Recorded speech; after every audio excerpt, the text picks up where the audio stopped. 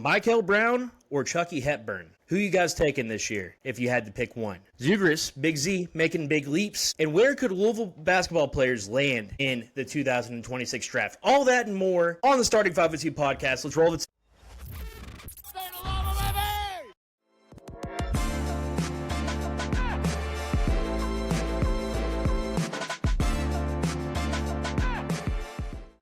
Starting 502 podcast. Presley, Meyer, joined by the OG crew. It's been a long ass time since the three of us have been together. Press Meyer, Roman Kelly, Jake Hook, coming to you from the Kearns Corner Studios.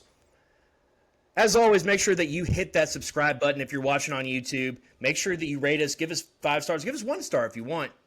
Any engagement's good engagement. That's what I think. You could give us 5. That's fine. Give us 5 if you want. Send it to your mom. Whatever platform you're listening to, and send it to your mom. That's everybody's mission. Send this podcast to your mom. Guys, how we doing?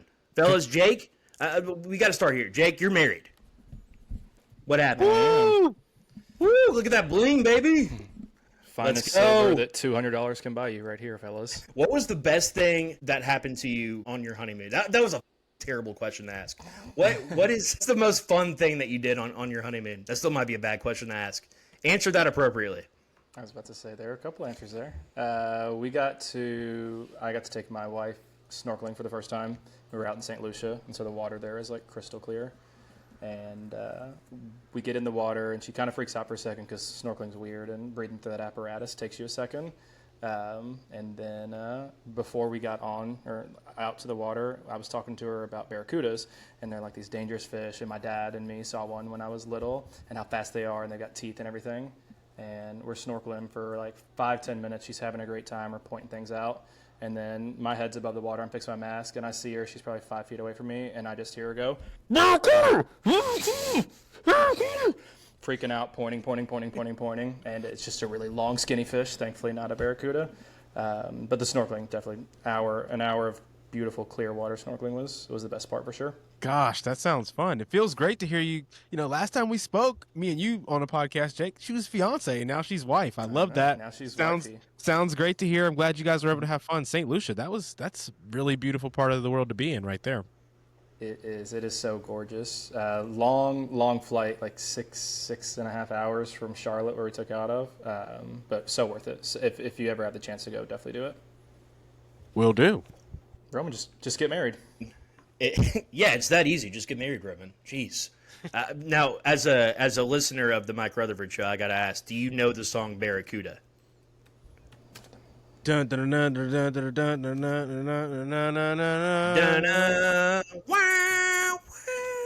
It's funny because a crazy story about that song. I learned that song on Shrek, I believe, from the movie Shrek.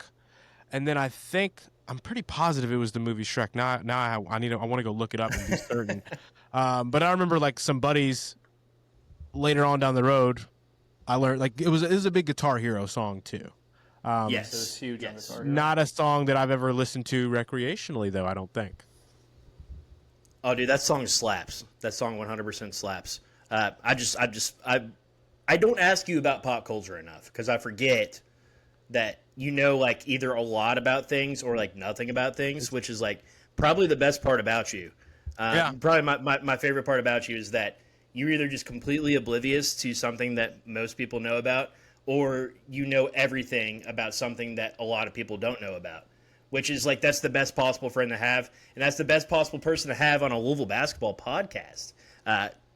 We are, as we sit here, we are 8 days, just less than 8 days away from Louisville's tip-off against Kansas in an exhibition, but it's the most exciting game that doesn't count that I've experienced in my lifetime. So just the fact that we're kicking it off against a team that we haven't really that we can't remember, at least. Like, I mean, I was alive the last time Louisville played Kansas, but I sure as hell don't remember it. I was not alive. Roman is going on record that he was not alive. You're also not alive when the song Barracuda came out. Pretty sure. I think that's right, yeah. But as we're jumping in, we'll have a full breakdown of Kansas, what they bring to the table, the importance of the game, and a lot more coming up in the next few days. We'll have Alan Thomas join us. I'm told that Alan's watched 326 hours of Kansas tape. I don't know if that's true or not, but that's significant. It's significant. He's about to start a Kansas basketball podcast as well. Apparently Alan knows enough to start a Kansas podcast, so we might have a two-parter with Alan coming out early next week. So if you're listening again, make sure that you subscribe and turn on your notifications.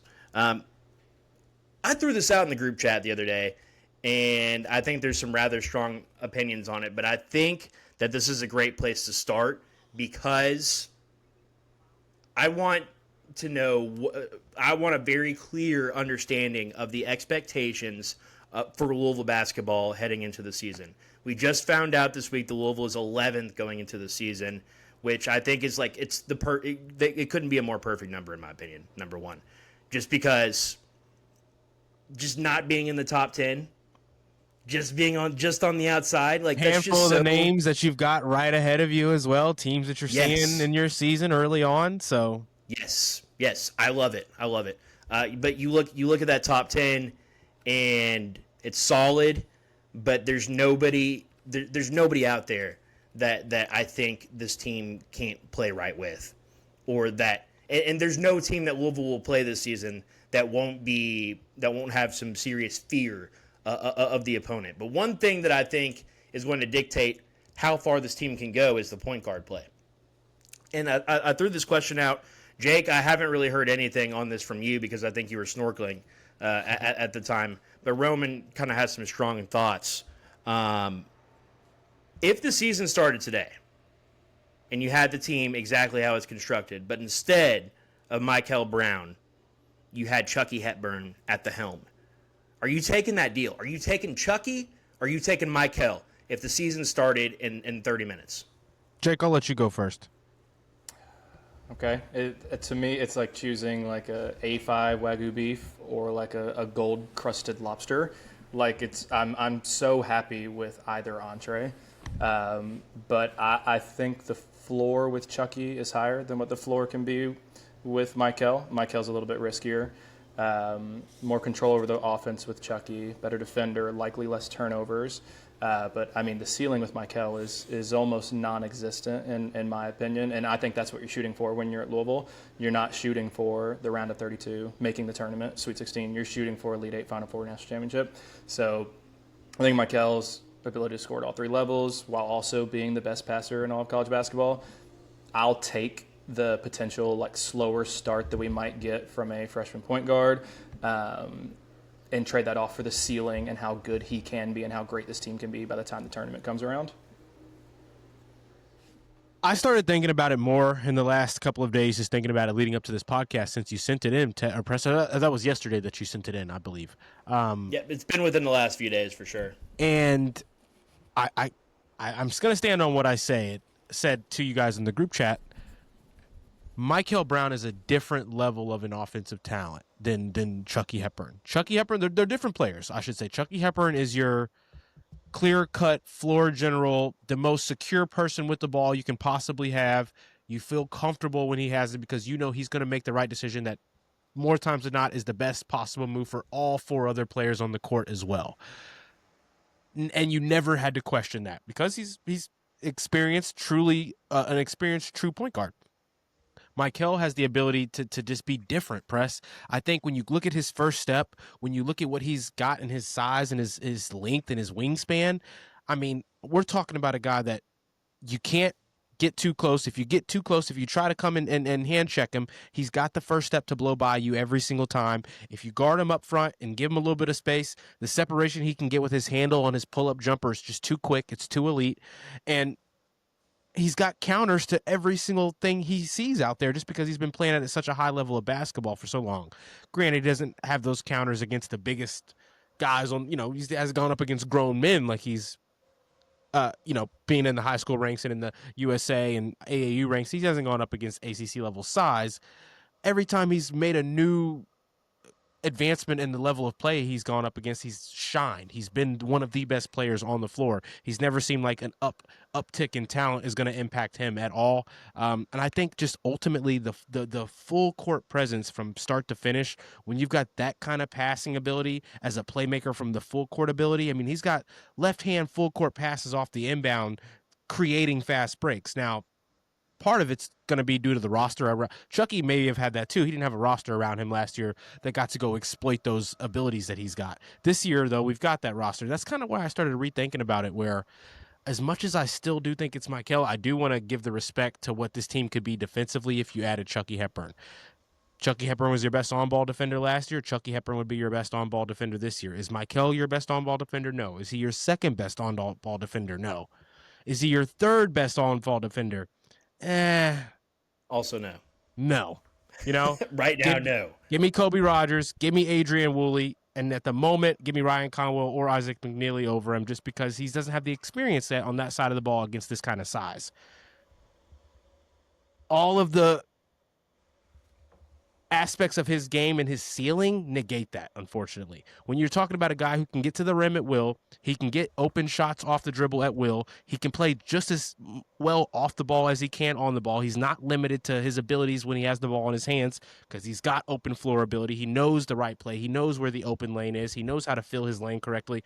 All that little stuff, I just think, has the chance to elevate when you're talking about the skill he's got at his size, and he's only getting bigger. He could be 7'2" by the end of the season. There's no telling. One other thing, and the final factor, this is less of an on-court reason for me. If the best case scenario happens, or if just like a really good scenario for Mikel Brown in the season happens for him, which maybe means not being a top 3 pick. Maybe he falls late in the lottery. He averages 13 points and 5.5 assists at a U of L team that lost in the Sweet 16, and he maybe had a bad game in the tournament where he shot bad and wasn't taking the best of shots and maybe didn't get to play a whole lot in the second half, and maybe he doesn't go top 3 and maybe he's not the first guard. What that does for you in 2 years now with what you've been able to achieve in a guard-led team led by a freshman guard, getting you to the tournament, getting to be the best player on the floor more times than not, that does a lot for your recruiting. Now, if the best case scenario happens for him, where he's one of the best players in the ACC, one of the best guards in the country as a freshman, pretty much bona fide top 3-4 pick, now every single freshman guard is looking at Louisville. Now, think about how many players we were on one of their top 6 schools. That's triple going forward, because you've got the proof we can do it with somebody your age now. Somebody that all the players following him are going to be striving to be like, or striving to be in that same realm we're going to be able to go and get those players now, or have a better pitch to those players now, right? I think it's part of why we lost Colbin Landrew, is because if you're Dan Hurley, you get to walk up to Colbin Landrew, you get to point at Liam McNeely, you get to point at Stephon Castle, you get to point at Donovan Clingan and say, we got to handpick the freshmen we wanted, we utilized them, we made them successful, they were successful within this team, and then we put them into the NBA. Pat Kelsey doesn't have that yet. All he's got is Chucky, Terrence, and Rain to go off like, I made these 3 guys better. That's not enough to make the top 20 guard or, one of the top freshmen genuinely be like, well, that sounds more appealing than a UConn, right? They've got more proof. Mikel starts to be that proof for you if he goes and has an amazing season here for the recruiting going forward. There's a lot of things being said about Mikel that the hype is going to continue on in the NBA. This isn't just some really good college player that's going to be a lottery pick and then kind of just be a good guard in the NBA. He's got the ability to go and be one of the better players in the NBA if he continues on the trajectory that he's been on in the last 2 years. So that, for me, is kind of the ultimate reason. When you think about the defending ability, like final shot, game on the line, Chucky's done it. Mikel's a freshman, right? Little things like that, it's hard to really feel like Mikel's the without a doubt best option. But I think the upside in his ceiling as an offensive talent, and I'm not going to say or act like he's only offensively, he's just not the biggest guy. He's still growing into his defensive ability. He can't really guard bigger guards yet, but he's got active hands. If it's a guard his size or somebody that tries to utilize ball handling ability and creating separation through dribbling, he's shown he could be a good defender. Those guards that use their body and use space and stuff like that and getting around screens and stuff, he's still learning how to be a good defender in that realm. But I think the offensive talent, the shot-making ability, the dribbling ability combined with the passing ability, it's just next level, fellas. So you're telling me right now, Roman Kelly, you're telling me right now on October 16th, 2025, in the year of our Lord 2025, at 9:33 p.m., that Chucky Hepburn, the guy that had more assists in a game than any player in Louisville basketball history, even Peyton Siva, even I'm trying to think of somebody else that dished out a lot of assists, even Russ Smith, even man, I'm really struggling here. Lancaster Gordon. I don't know. I'm just like really. What's his name? Really throwing him out. The freshman Tick Rogers. We had somebody. Quentin Snyder. Quentin Snyder. No, it's not Quentin Snyder. I know the name of our leader in assists all the time. I'm blanking on it right now. Oh my god, that's terrible. That's really terrible. Who is the leader in assists? That's not good that I don't know that. Cut this out of the pod. Jamie, put that on the screen. But you're telling me that Chucky Hepburn, you're gonna put in this freshman over Chucky Hepburn, the guy who had the most. Oh my god, LeBradford Smith. You guys knew that. You're telling me that the guy who had more assists in a game than LeBradford Smith, you're gonna start an 18, 19-year-old freshman over Chucky? I am. The Chuckster, Hepburn? I am. As much as I love Chucky, as much as I think Chucky is the most important part of the revival last year, next to Pat Kelsey, it's Chucky. Mikel is different gravy. I think you cooked, bro. I think you cooked. I think that you're right. I think you're right. I think right now, if you could plug Chucky in on this team, he doesn't fit around the players that Pat Kelsey and the staff intentionally put on this roster like Mikel Brown does. And I think that Mikel Brown is a different kind of floor stretcher than Chucky Hepburn is. I think his explosiveness and size, there's no comparison. And I think that his all-around ability as a shooter, as a passer, as a guy who can just get into his bag, and potentially will this team to a win. I like Mikel with the guys around him, and I know that's like an Iguodala. Like it sounds like, I think, to people who haven't been following much in the offseason, I think that kind of sounds like an I want Iguodala type of moment, right? Like the aliens got the laser beams pointed down, fate of the world on the line, and my man Kellerman says that he'd take Iguodala over Steph Curry. I don't think it's as drastic as people are thinking, and I think the proof was in the pudding over the summer. I mean, my man was the best player among all of the other best players in the world at the FIBA World Cup. What was that, the U19 championships?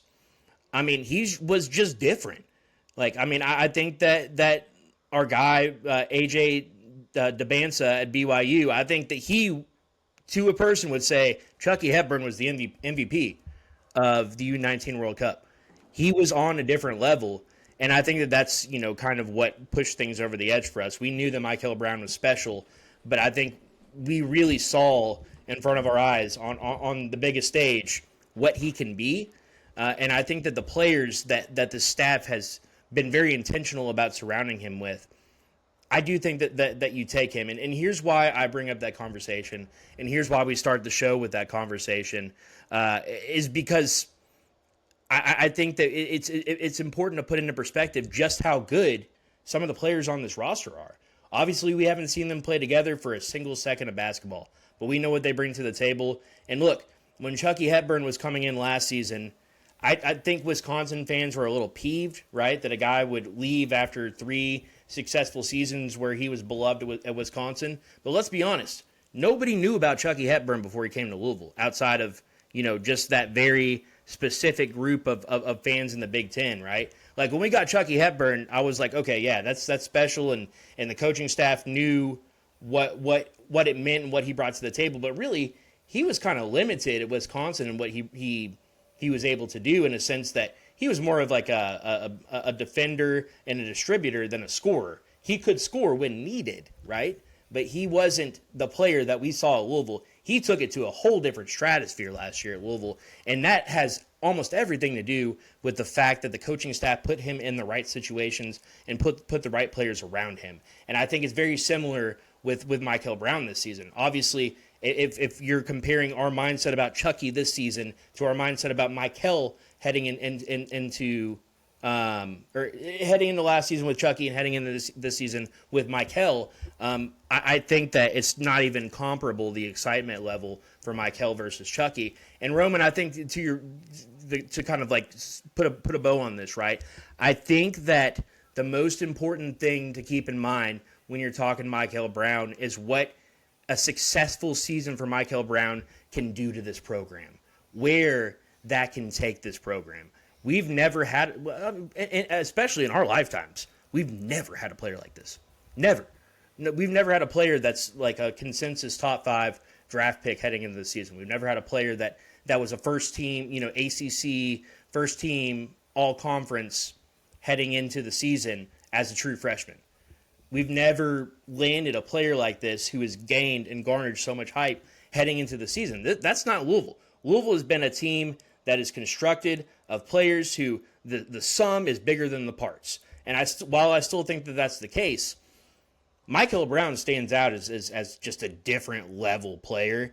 He's just the attention that he can bring to the program and the good that he can do is just on a different level than anything that we've ever experienced, at least in our lifetimes as fans. I know people will refer back to like Purvis Ellison, that the college kids went and watched him play when he was in high school type of thing, right? But, I mean, for the most part, this is one of the most significant players to ever put on a Louisville basketball jersey. And I don't think that should be understated, right? No. Like, I think that we've kind of downplayed it a little bit in the offseason, but it's time to just let the takes fly. It's time to get the hype going, bro.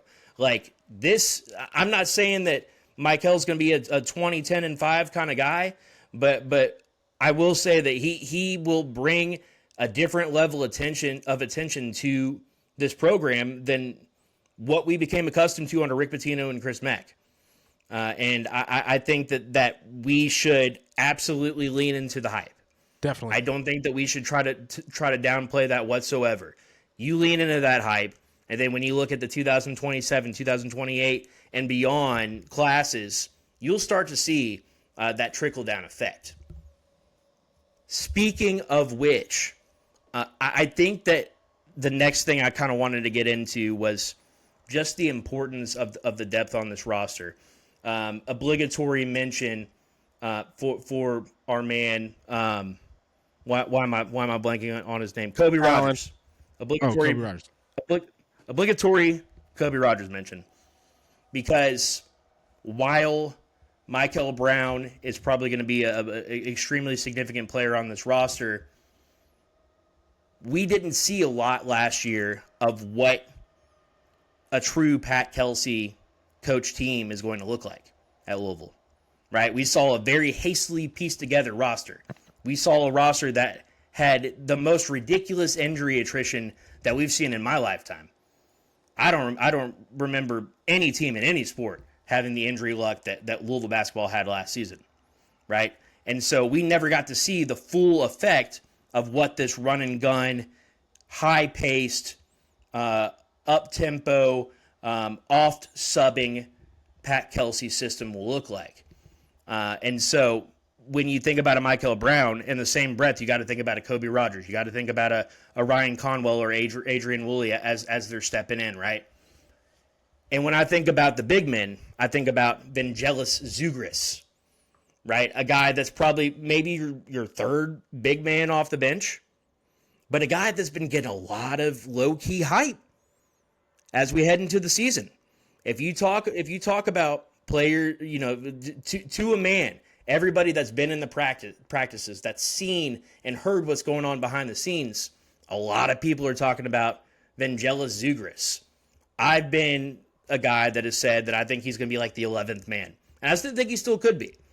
But it just, again, it adds to the thought of what the depth of this roster could be. So my question for you guys is, based on what we're hearing, that this is a guy that is really taking his game to the next level, a guy that's played in the pros for multiple years in Greece, and now he comes to Louisville to play in the college game. What's the significance of a guy like Big Z stepping up and standing out among a group of very talented players? I think it's huge. I think out of all besides maybe Mo Kamara, of all the newcomers on this team, I think Zoug was the least heralded of them coming in.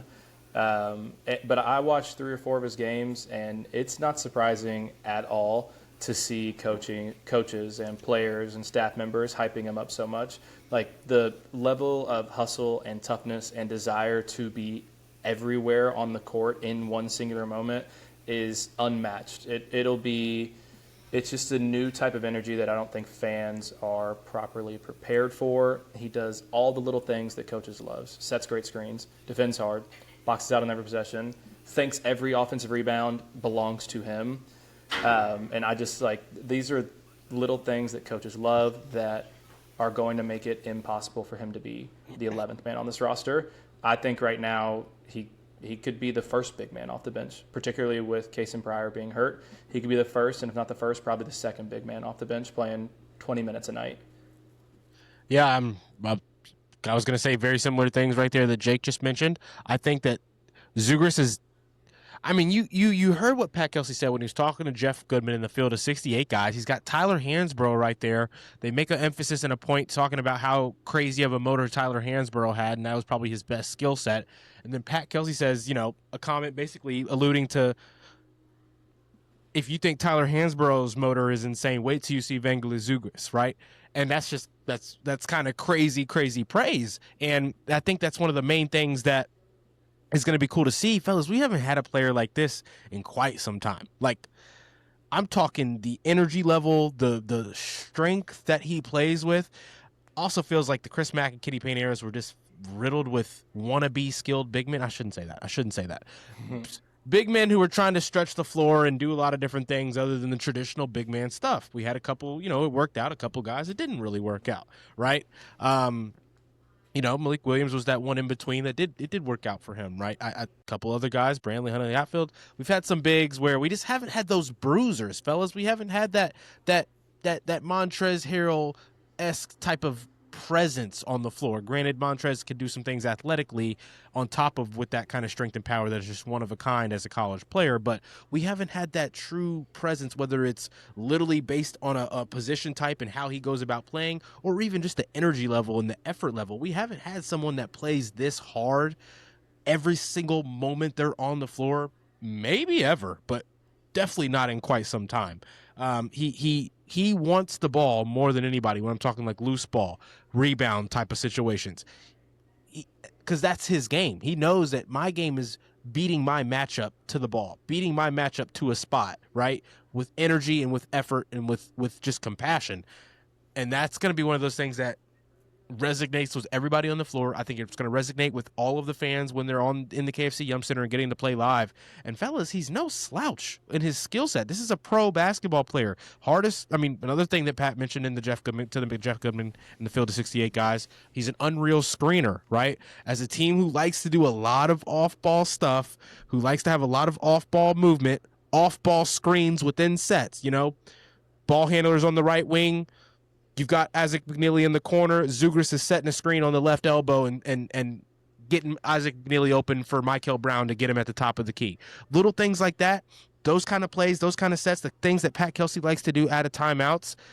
The screener can be the most important guy on the play sometimes, fella. I mean, Draymond Green, he's like a brilliant screener. Screening is a very valuable thing within an offense that relies on off-ball movement and things happening outside of the ball handler, which is going to be something that Louisville likes to do in their half court.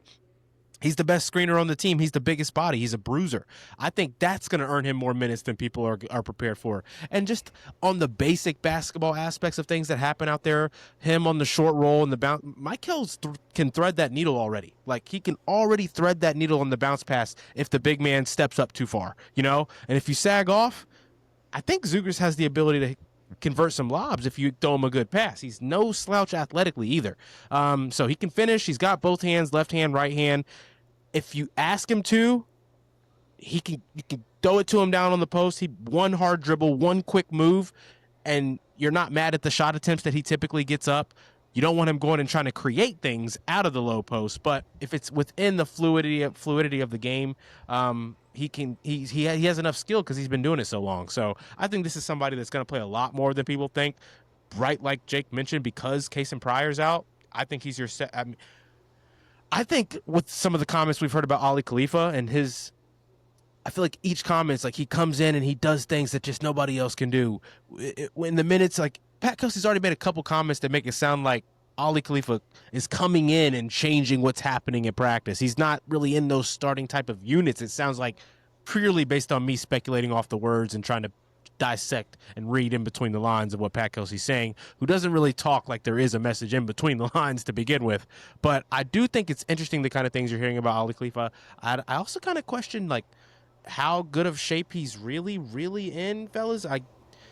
I'm not questioning our staff at all, but he hasn't played in a real game in a long time. Like he's mentally not in basketball, like 5-on-5 in-game mode yet because he's so far removed from it. All he gets is practice against his teammates in which you're not trying to hurt anybody. You're not trying to get hurt yourself because it's not the season yet. Little things like that we haven't gotten to see the true Ali Khalifa. I'm intrigued to see what that's going to look like, but at the moment I feel like Zugris and him are going to be really similar in their minutes per game just on the things that I'm reading and hearing from practice.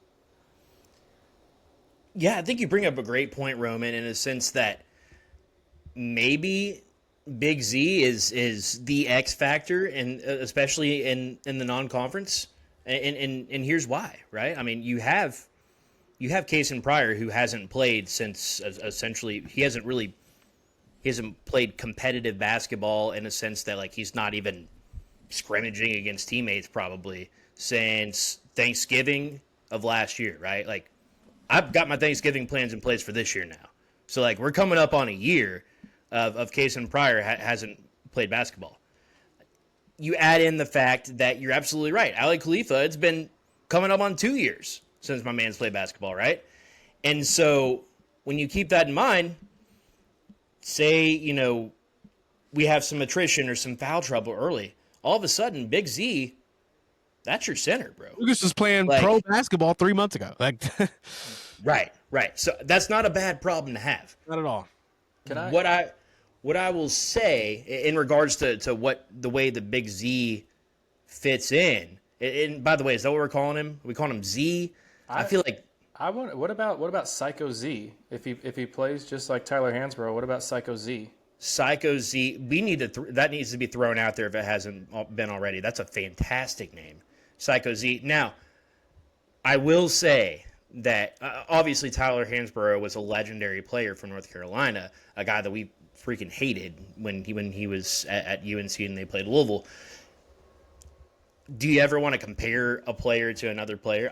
I don't know. But Psycho Z is, I like that, and I think that the names will come naturally as you see him play. But one thing I would say is my concern now with Zugris is that he has that style of play that may not match up well against opponents that have another legitimate, solid 7-foot type of big man, right? Like, I don't know how many minutes Psycho Z plays against Creighton last year or Duke, right?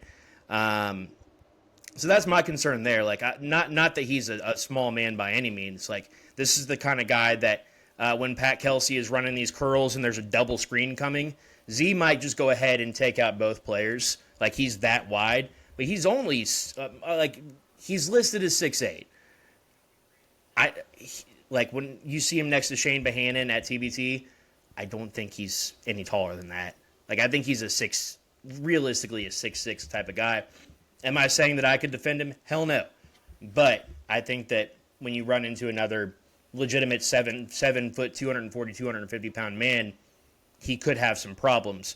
But I think that he's a guy that is so psycho, that does give so much effort that he might be able to overcome things. I'm sorry, Jay. Go right ahead. Oh, no, you're all good. The last thing I was going to say is the film that I watched, I cannot wait for fans to see his little push shot. I don't know if you guys have seen it. It's just like this weird little, I almost want to say cute, this little cute floater that he does, and he'll pull that thing from 17 feet out. He'll just catch it. Big man will be like under the basket. He's past the elbow, and he'll just go. No hesitation too. Like he knows that's the shot he's taking.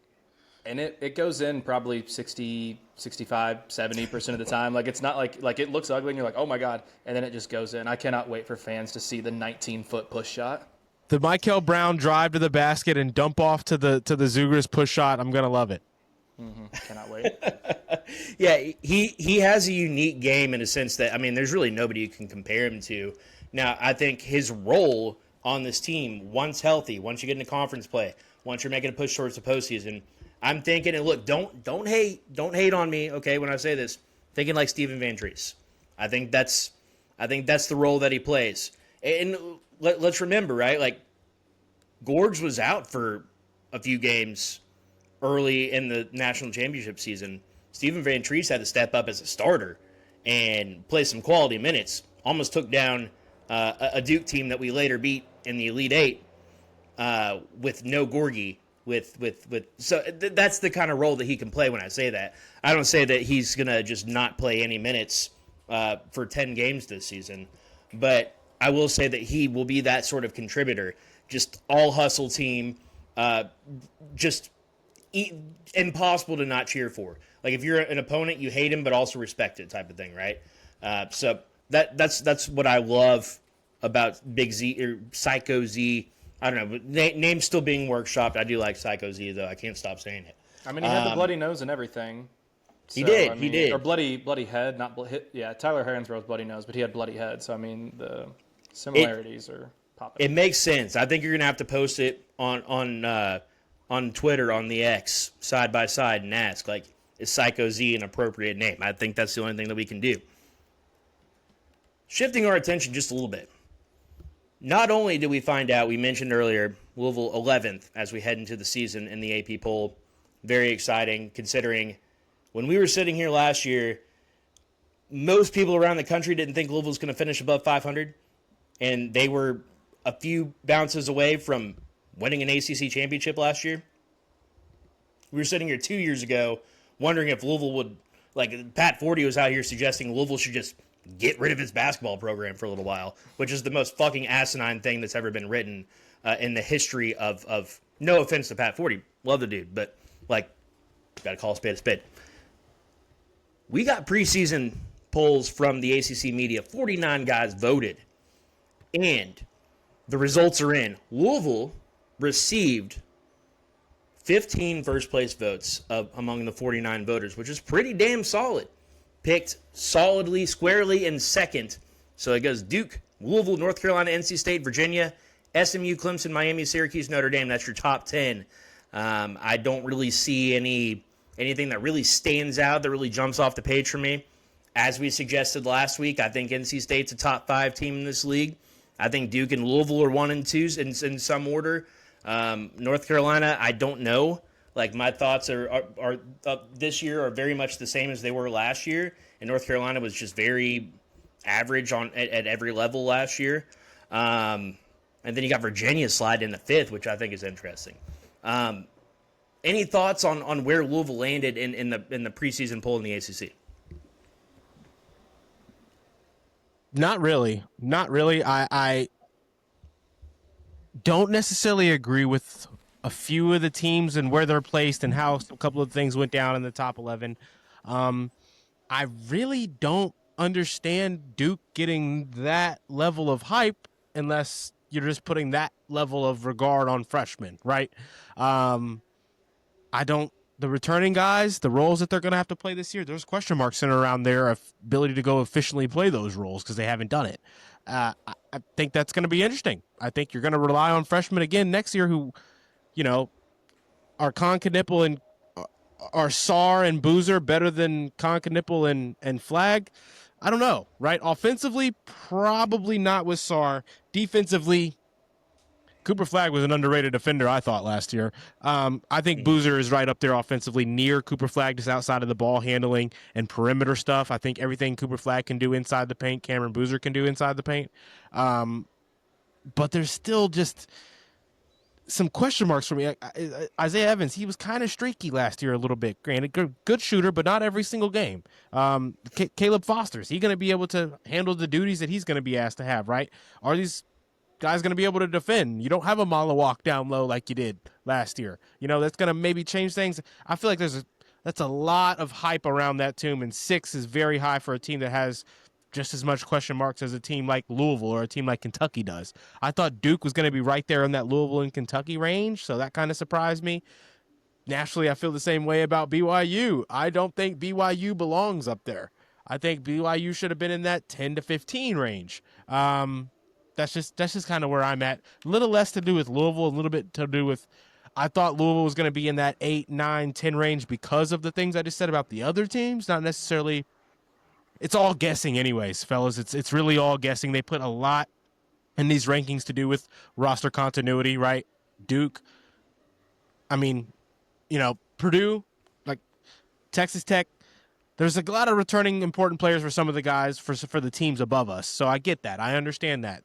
Key players returning is important in college basketball. Purdue is not going to be the best team in college basketball this season. I'm just letting you guys know right now. That's a fraudulent 1 seed. Just throwing that out there to the airwaves here, October 16th, 2025. We'll come back to this. We'll come back to this when they, lose, scoring only 60 points again in the tournament game. But, fellas, I like the 11th, though. I think it's a bulletin board piece for the locker room. I think, Pat Kelsey, who's maybe been saying they're going to be calling us a top 10 team this year. They're going to be calling us a top 10 team this year. You've probably been saying that, and now they're not even calling you that, and it's even like they don't even think you're a top 10 team. They don't think you're, that's good material when you're getting guys to practice hard and stuff, so I'm not mad at that. And on the flip side, it feels so good to have us back up there. It feels amazing to read Louisville's name up in the AP preseason poll and know we belong up there too, right? Like know that there's no question marks and even feel like we should maybe be a little bit higher. Like in 1 year, Jake, Pat Kelsey's able to get this fan base and guys like us feeling like 11's maybe too low for this roster. Like that's just crazy. And I love that I get to feel that. So I'm not going to complain. Yeah, I think you're right. I don't care that much about the preseason AP top 25 polls. Guessing. And I especially haven't cared the last couple of years. But it is nice to finally see our names there, whether it's 11 or 24 or 3. I don't really care. It is just nice to finally have some national recognition. When it comes to the ACC standings, I'm pretty happy with being 2. I think we're the best team in the ACC.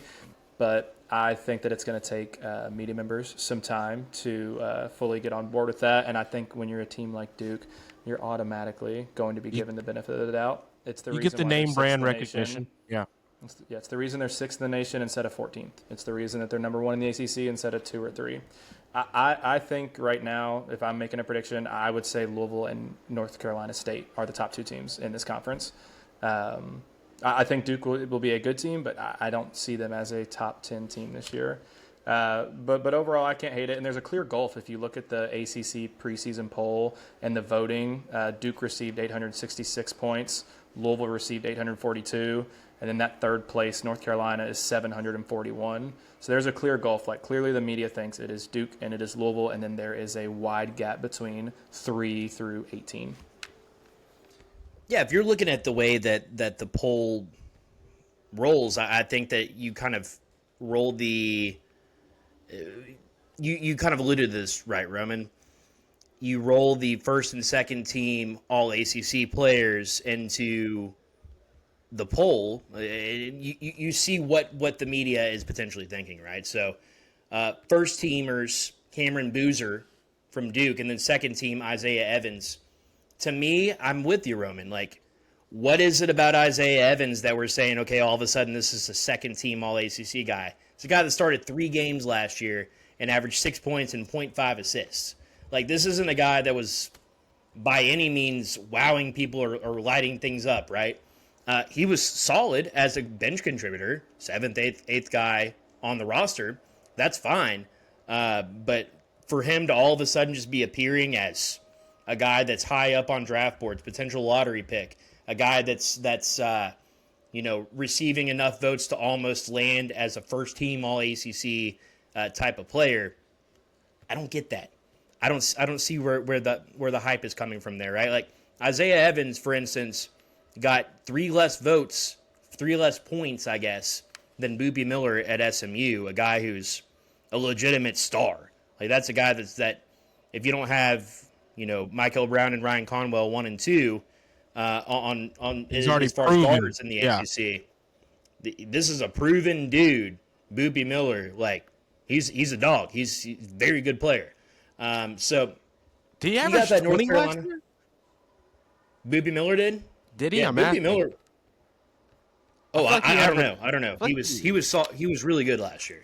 You'd have to look into the exact statistics, but I do know what Isaiah Evans averaged. It was not a lot. It was very little points, very little rebounds, very little assists, and he made 1.9 out of 4.1 attempts per game from 3. That was he was a 3-point specialist if that's what if you really break it down, right? So I don't see why that's a guy that lands on the All-ACC second team. When you have other guys out there that feel like they'd probably be way more deserving of a nod like that. But when you get into the All-ACC team, the first team, right? Cameron Boozer from Duke, obvious. He also was second in ACC preseason player of the year voting to Darren Williams of NC State. So Cameron Boozer, Darren Williams, and Marcus Burton of Notre Dame. Marcus Burton is a very solid player. That's then what you I'm got thinking two of. Cardinals. He averaged 20 last year. Burton did, yeah. Marcus Burton was dirty last year, and again, that's a solid squad. But you got Mikel Brown as a first-team All-ACC player, Ryan Conwell, first-team All-ACC player, and guess what? You have a guy that's probably coming off the bench most of the season in Adrian Woolley, that is projected as a early second round, maybe even like sneaking in the late first round type of guy. And he might be coming off the bench for this Louisville team. I heard a tidbit from practice about him, Presley. I hate to interrupt you. A tidbit from practice. NBA scout was able to get his eyes on him, and they said they would take him right now in the NBA. Like an NBA scout basically saying that they think he's NBA ready right now. I knew Woolley was good. I was really high on Woolley as soon as that commitment got announced. I didn't think that was the case. If that's true, obviously that's one scout, that's one guy connected to the scene who may be exaggerating for all we know.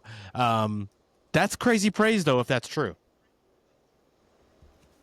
That is insane praise. And I mean, look, this is a guy that, he wasn't playing on the Power 4 level last year, but now people are getting a chance to see him play against elite level competition, and he's right there. He's right with Ryan Conwell. He's right with Mikel Brown. He's right with why am I blanking on his name? Isaac McNeely. Isaac McNeely, another guy that last year he landed on All-ACC third team. Am I correct in saying that? And he doesn't sniff getting, maybe he had some votes for first or second team. I'm not sure, but just interesting to see the dynamics.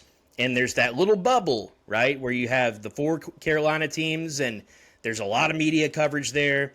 There's a lot of attention around Duke and North Carolina specifically, and we see it every single year that these are the same guys that end up picking a North Carolina to be first or second in the conference, and then they finish 13th, right? It happens consistently in every sport. So the fact that you have 2 Louisville guards, right? So they're occupying 2 of the guard spots on the all-ACC first team. I don't know, any other thoughts on this as we're heading into the end of the show? Jake? No, I was kind of surprised that Woolley didn't even and maybe he did and it just wasn't really broadcasted, but I'm kind of surprised he didn't take a little peek at the NBA draft after his freshman season. I mean, 6'5", 180, crazy athletic, Conference USA Rookie of the Year, 19 points a game, 5 rebounds, 4 assists, shot better than 50% from the field, better than 30% from the three-point line. I'm a little shocked that he didn't. Yeah, hitting like 3 threes per game. Wasn't he hitting 3.2 threes per game or something crazy? Yeah, I've got I feel like he was hitting a crazy amount per game. 2.2, shot 5.2 a game, shot 42%. But I mean, those numbers at that young of an age and that NBA body, I'm surprised he didn't at least take a glance, put his name in there, get an agent, anything. And as far as I'm aware, he didn't do any of that. So to hear his name being talked in the second round and being talked by that NBA scout as ready to play right now, it really is not surprising to me. And I think with all the guards we have, Conwell, McNeely, Mikel Brown, I think Wooley's probably the one that's being undersold the most out of everybody. And he could end up being the best guard. I mean, I think it'll be Mikel and Ryan Conwell, but I wouldn't be shocked if it ended up being Wooley. Yeah, with what I've heard now, wouldn't either. Not in the least. And I mean, right here I have NBADraftRoom.com. Roman, I know you're a much bigger NBA guy than I am. But I mean, as far as I know, it's a decently reliable NBA draft site, right? So if you're just looking at their most recent mock, they have Mikel Brown going 8th, Adrian Woolley going 56th to the Pacers. That'd be a great, local play, local fit here. And then if you go down the list, among other players that are close, that are just on the outside looking in, Ryan Conwell sitting at 79th right now. So a lot of guys that on this Louisville team that are getting some serious NBA draft love. Can I ask a question, Presley? You can ask as many as you want, Jake. Thank you. Sonny Frew and Psycho Z, they're not eligible for this NBA draft. Is that correct, or am I just making that up? As far as I'm aware, that I think that they have to. That's some kind of weird workaround that was created in order to allow these professional players to join college basketball. I think they've got to wait 2 Is that what it is, Roman? seasons. Yeah, I think they've got to both play here 2 seasons. I don't know if that's like they could go to the G League and that counts. I don't know, but I don't think they can get drafted this year. The G League is the NCAA now, Roman. Yeah, I don't think they can.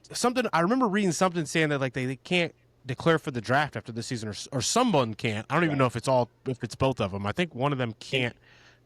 I'm pretty sure it was Sonny that I read that couldn't go, because I was thinking like, well, he's got a body that the NBA and a skill set that the NBA could use, but then it hit me that I don't think he's eligible. So that's great for us. Right. Yeah, I mean, I'm just scrolling down this draft board. I'm at 169 now. I just hit Brandon Garrison for Kentucky at 169. Not seeing either one of those big men at this point. You think that you would, right? So just interesting things to note as we're heading into the season. One thing I wanted to bring up that kind of dropped just a few hours ago that I wanted to talk about, because there's some real reporting that's gone in behind this, and I think it's fascinating, right? I think it's fascinating. Reports out of Lexington are that Kentucky is spending a shit ton of money to construct their basketball rosters. When John Calipari coached his last Kentucky team, really it was the start of the NIL era, and I understand that if he was still the coach, he'd probably be getting a roster around this amount probably. But when John Calipari was in his last season, really first or second season of NIL, reports were that their roster payroll rounded out to about $4 million. Kentucky, according to multiple reports, confirmed by multiple sources, is paying upwards of or above $22 million for this roster. $22 million. And boys, I was just looking over again. This is all just speculation at this point, right? Once the ball is tipped and once we see these teams in action, maybe we'll have a little bit of a different opinion on some of these players. But there's just as many UK players in this mock draft as there are Louisville players, right? And reports are Louisville paid less than half for this roster, where, I mean, you have 5, 6, 7, 8 guys that could and probably will play in the league in some capacity, right? Mikel Brown, a consensus top 10, in some places a top 5 pick.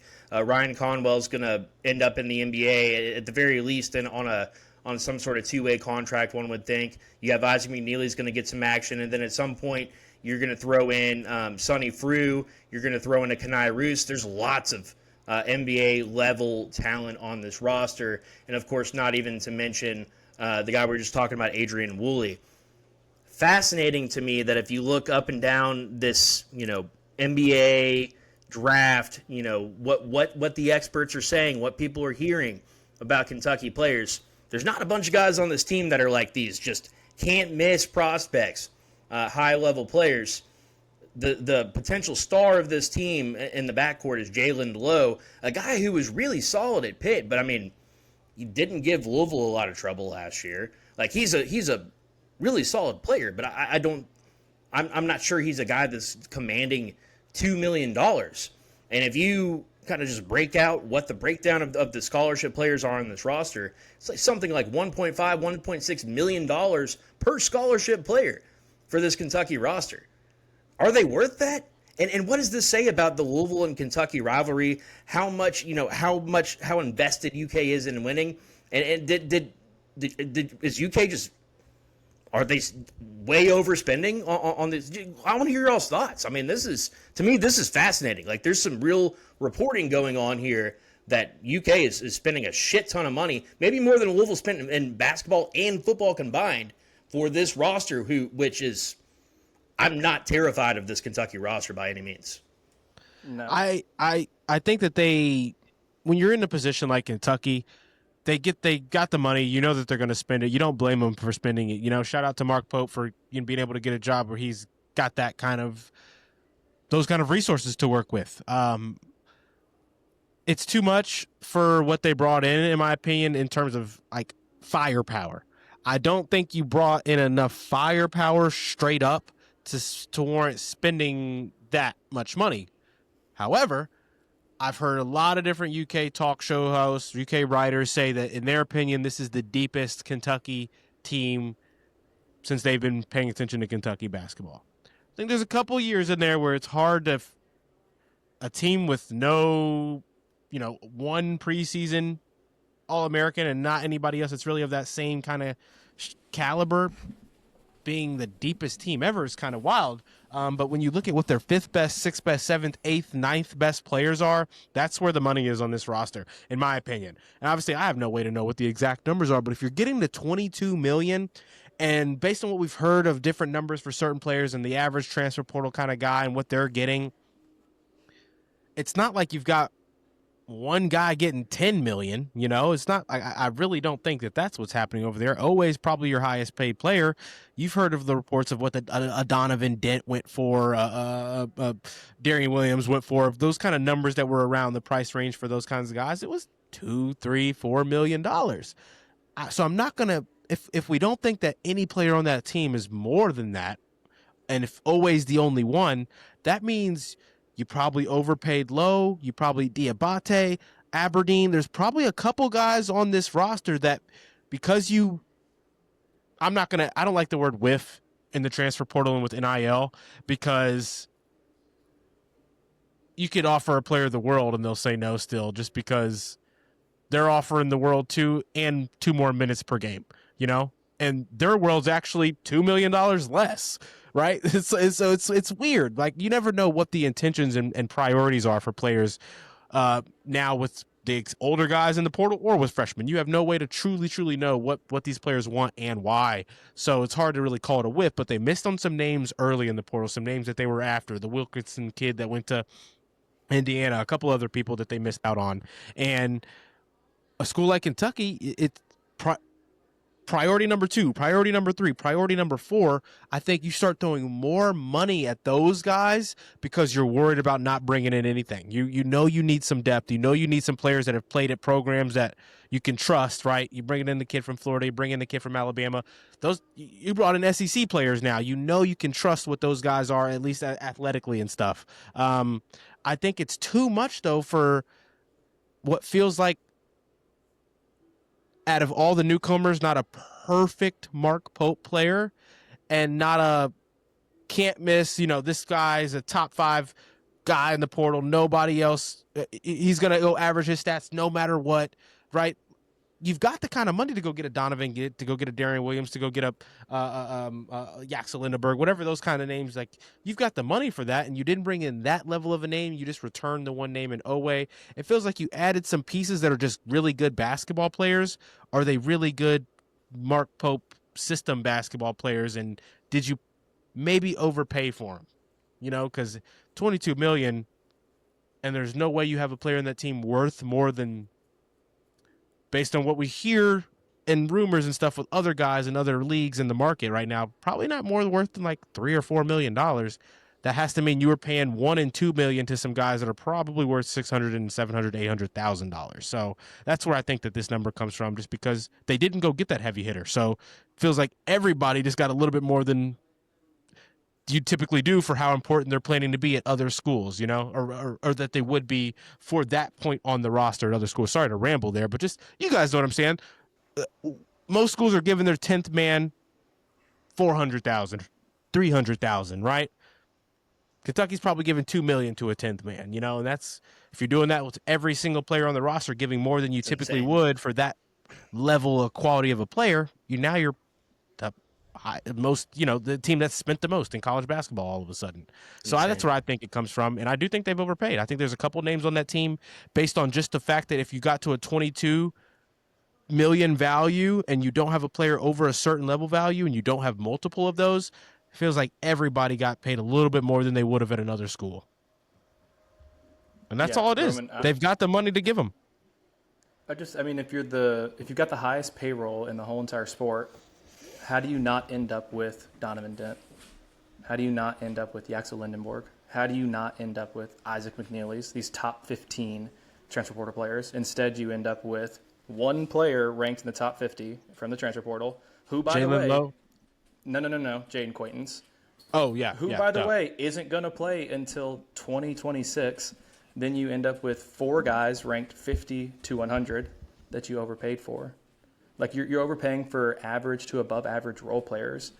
You look at that $22 million figure, and then you look at the roster, and I just question, how does it add up? And you think, well, maybe it's the recruits. Maybe it's the freshmen. They have 3 4-stars. I mean, like, Malachi Moreno, solid player. Like, these are solid players. Jasper Johnson, solid players. But these aren't freshmen that you're paying $2, $3, $4, $5, $6, $7 million. Yeah, $7 million like you're paying for Devanza or something like that. So, like, the money just doesn't add up to me. And, like, you've got one really good player in Otega Owe. You've got an injured star player, and then you've got a talented guard in Jalen Lowe, who has a bunch of flaws in his game, and then a ton of role players. Like you said, dropping $1.5, $1.75, $2 million for your 9th man on the court is crazy to me. So if you're gonna end up having the highest payroll in all the sport, you want to be the Dodgers. You don't want to be the damn New York Mets. And I don't see Shohei Ohtani. I don't see Mookie Betts on this roster for UK. I see Francisco Lindor or whatever. Exactly. Yes. I get it. I'm right there with you guys. I don't get it. I don't get it. Like, number one, if you're Kentucky basketball, right? Like, historically, you've gotten rosters that are, in my opinion, the high end of the talent on your roster is better than this, and you weren't paying those guys. For sure. So the fact that Louisville's roster, if I had to guess, I don't know exactly, somewhere between $7 and $10 million is probably what they're paying these guys, right?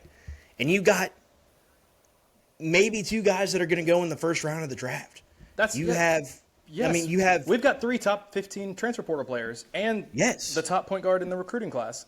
It makes $10 million. It makes zero sense to me that this is the team that UK. If I'm a UK fan, I'm pissed right now. Yes. Like, I'm pissed knowing this information, because you just went out there and just spent like a rich man gives his wife or his girlfriend a credit card, right? Like, just go out and get what you want.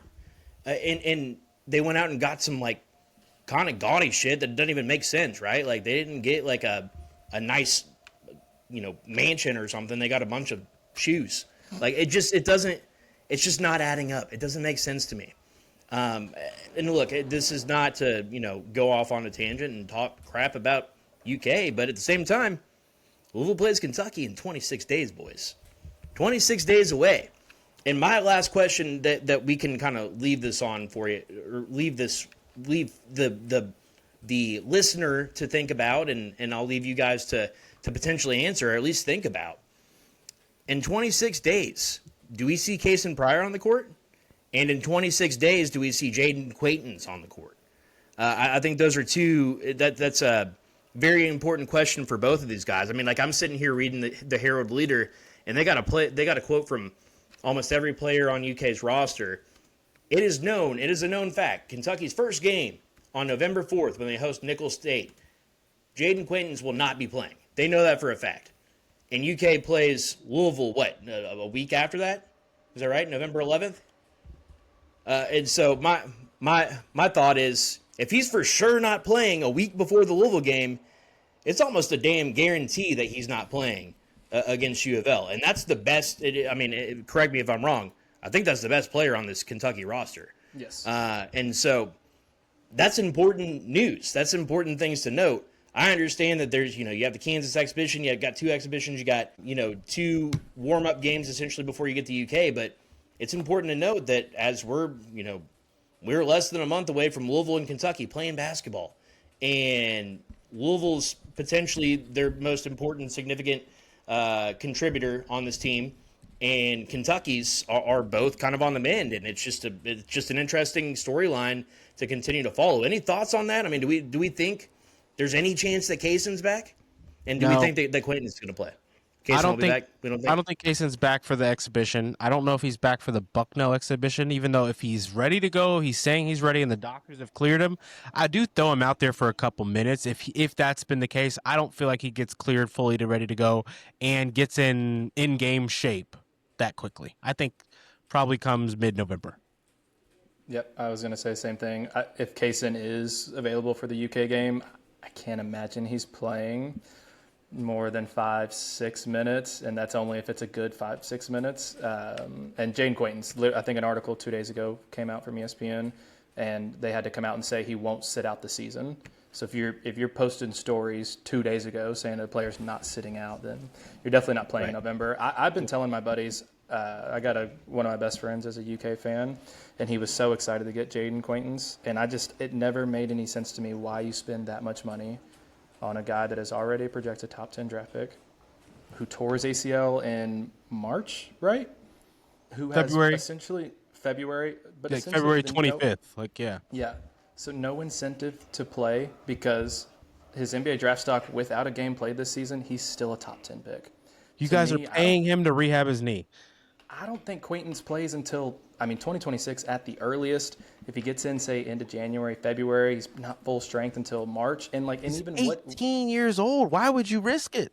And what do you gain? You're a top 10 pick either way. You go from 8th to 4th if you play really well, and you risk coming back too early on a knee. So to me, that was the craziest spend. And I think that's where a lot of their NIL money went too. Like Quaintance is probably a $3-4 million player, even with that injury. My whole take, I kept forgetting like him and Owe are kind of probably in that same realm. You maybe even gave him more because, I don't know. I think Owe kind of realized what the draft prospects looked like for him. He probably live a little bit more fun of a life at this level of money, compared to making less and trying to go figure it out.